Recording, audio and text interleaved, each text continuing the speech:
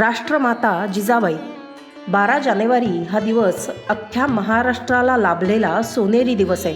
कारण आज राष्ट्रमाता जिजाऊ यांची 425वी जयंती आहे.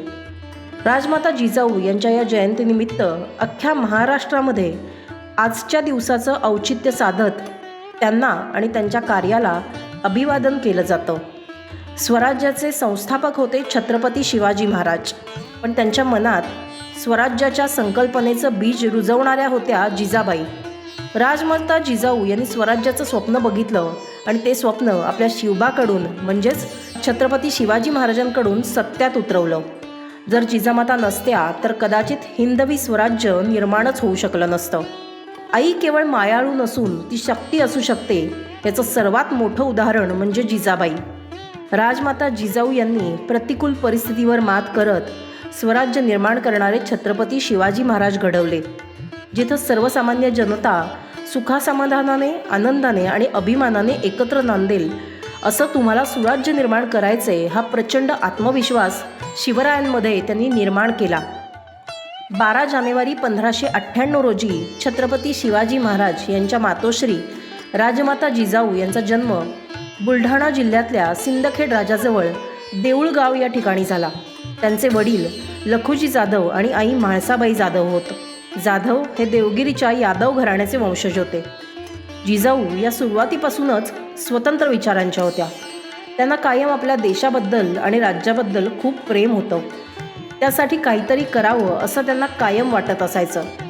पुढे जाऊन त्यांनी संभाजीराजे आणि छत्रपती शिवाजी महाराज यांना हेच संस्कार दिले. रामायण आणि महाभारत सारख्या कथांमधून त्यांचं बालपण घडवलं. यातून जिजाबाई स्वतः कशा घडल्या असाव्यात याचा अंदाज येतो. लखुजी जाधव हे निजामांमधले एक सरदार होते.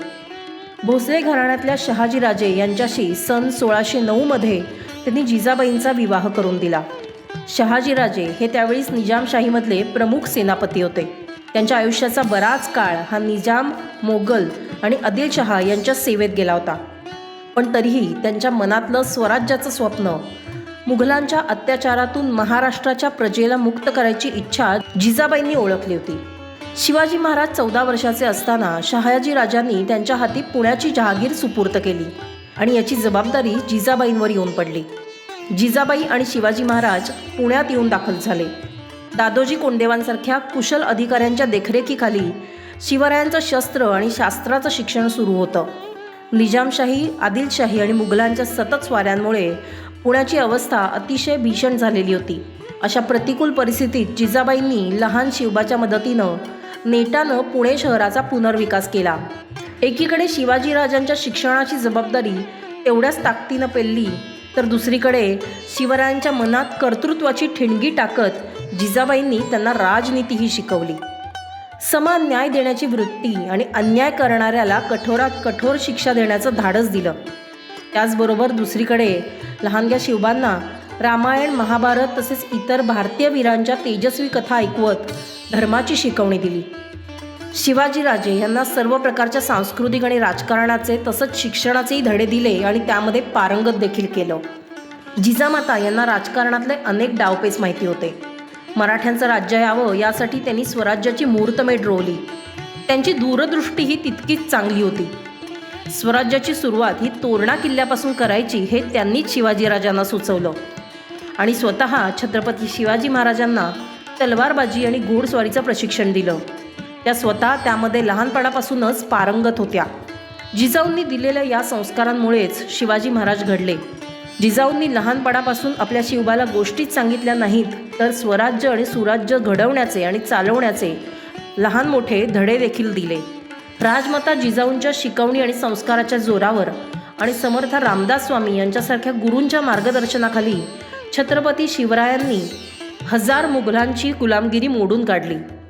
उद्ध्वस्त झालेलं पुणं पुन्हा एकदा दिमाखात वसवून त्याला नावलौकिक प्राप्त करून दिलं.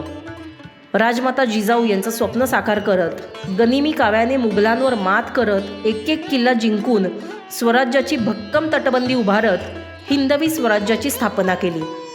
करारी आणि न्यायप्रिय जिजामाता यांच्यासाठी स्वराज्य हेच पहिलं आणि शेवटचं ध्येय होतं. गरीब रयतेच्या सुखासाठी स्वतंत्र स्वराज्य बनवावं ही राजमाता जिजाऊंची कायमच इच्छा होती. हिंदवी स्वराज्याचे संस्थापक म्हणून छत्रपती शिवाजी महाराजांचा राज्याभिषेक सोहळा दिमाखात रायगडावर पार पडला. रयतेनं भरभरून जिजाऊंना आणि शिवरायांना आशीर्वाद दिले. आणि स्वराज्य प्रत्यक्षात उतरल्याचा तो दिमागदार सोहळा आपल्या डोळ्यात साठवत कृतार्थपणे अवघ्या 12 दिवसातच राजमाता जिजाऊंनी अखेरचा श्वास घेतला. 16 जून 1674 रोजी त्यांचं निधन झालं. रायगड किल्ल्याच्या पायथ्याशी असलेल्या पाचाड या गावी राजमाता जिजाबाई यांची समाधी आहे. त्यांच्या संस्कारांचा वसा हा छत्रपती शिवरायांनी पुढे नेला आणि महाराष्ट्राला जगाच्या नकाशात एक वेगळी ओळख मिळवून दिली. अशी ही धन्य माता जिजाऊ आणि धन्य त्यांचे आदर्श पुत्र छत्रपती शिवाजी महाराज. आजच्या दिवशी राजमाता जिजाऊ यांना ऋतमॅपकडून मानाचा मुजरा.